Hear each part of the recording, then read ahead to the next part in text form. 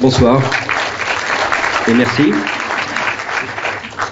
C'est avec grand plaisir que je reviens dans ce merveilleux village de Saint-Tropez et après avoir beaucoup parlé de malbouffe l'année dernière, d'alimentation, de nourriture saine, nous allons aborder un autre sujet, peut-être plus inquiétant, plus... C'est vrai que dès qu'on parle du futur, on a tendance à s'inquiéter. Ça, c'est un réflexe naturel, sauf peut-être pour les experts qui vont intervenir ici, parce que ce sont les spécialistes. Mais dans le commun de la réflexion de tous les jours, le futur est toujours inquiétant. On ne sait pas ce que demain sera, donc on est a priori inquiet. Et ça, c'est malheureusement une règle d'or. Est-ce que nos enfants vivront mieux que nos parents ? On ne sait pas.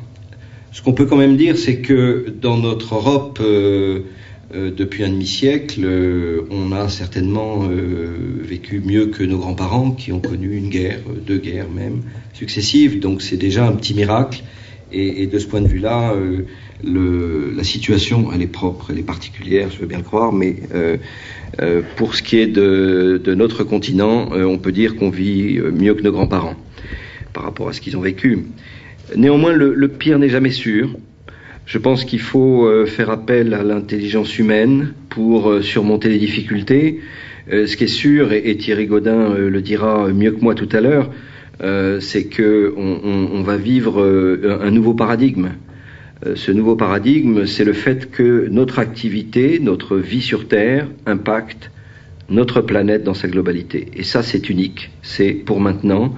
Ça n'était pas le cas jusqu'à maintenant. On avait des ressources. On puisait sans trop réfléchir, que ce soit le pétrole, que ce soit les sources d'énergie, que ce soit notre environnement. On s'en souciait guère, peut-être. Et néanmoins, il va falloir commencer à faire très très attention. D'abord, ces ressources ne sont pas inépuisables. On va arriver la Terre est une planète ronde, elle est finie, et donc on commence à sentir des limites. On a parlé du pétrole, on sait que ça va se produire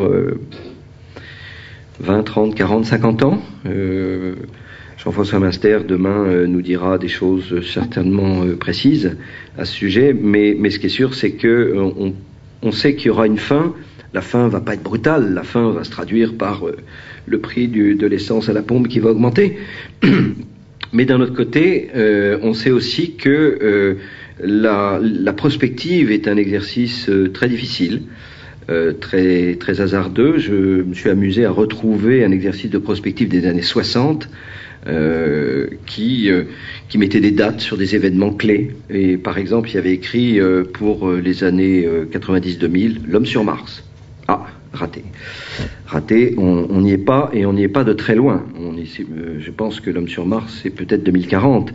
Mais il y a quelque chose qui manquait beaucoup, et qui est pourtant fondamental aujourd'hui dans notre monde, c'est que la notion même d'Internet n'existait pas. Donc on n'imaginait pas cette révolution, on imaginait un petit peu, parce que j'en ai parlé un peu dans le train en arrivant, on imaginait un petit peu que, évidemment, l'ère du numérique allait tout révolutionner, mais l'Internet mondial, que ce soit l'accès à l'information, que ce soit la diffusion de l'information, encore avec Wikileaks, on voit les conséquences importantes que peut produire Internet, et Internet a une difficulté, c'est que on sait qu'il ne pourra pas évoluer, sauf si on trouve des solutions, mais aujourd'hui on n'a pas de solution, donc il faudrait passer à un Internet 2, et apparemment les experts nous disent que il faudrait mettre un deuxième Internet en parallèle. On ne peut pas améliorer Internet pour passer à une nouvelle version plus fiable. Par exemple, savoir qui vous envoie un mail. Vous êtes sûr que la personne qui signe, c'est lui ? Ben non, en fait, vous n'en savez rien. Et donc, vous avez des risques, que ça soit un virus, que ça soit des choses... Vous ne pouvez pas être sûr que le mail que vous recevez vient de la personne qui vous l'envoie. Donc, on va parler de tout ça. On va parler d'énergie, on va parler de technologie. Ça, on en parlera beaucoup demain. Avant ça, on va regarder un documentaire qui est un docu-fiction. C'est un terme pas très joli, mais c'est à la fois un documentaire et une fiction. Vous savez, c'est des documentaires avec des acteurs qui vivent une histoire et ça se passe en 2057. Pourquoi? Parce que Arte a fait ce documentaire en 97, donc ils se sont projetés 60 ans, en fait, non, ça devait être 2007, ils se sont projetés 50 ans dans le futur, et ils ont imaginé notre monde, et en l'occurrence, là, on est plutôt dans la ville, donc on est dans un domaine où la technologie est envahissante, pour le meilleur et pour le pire, mais encore une fois, le pire n'est jamais sûr, donc il y aura certainement des choses très positives. Bonne soirée et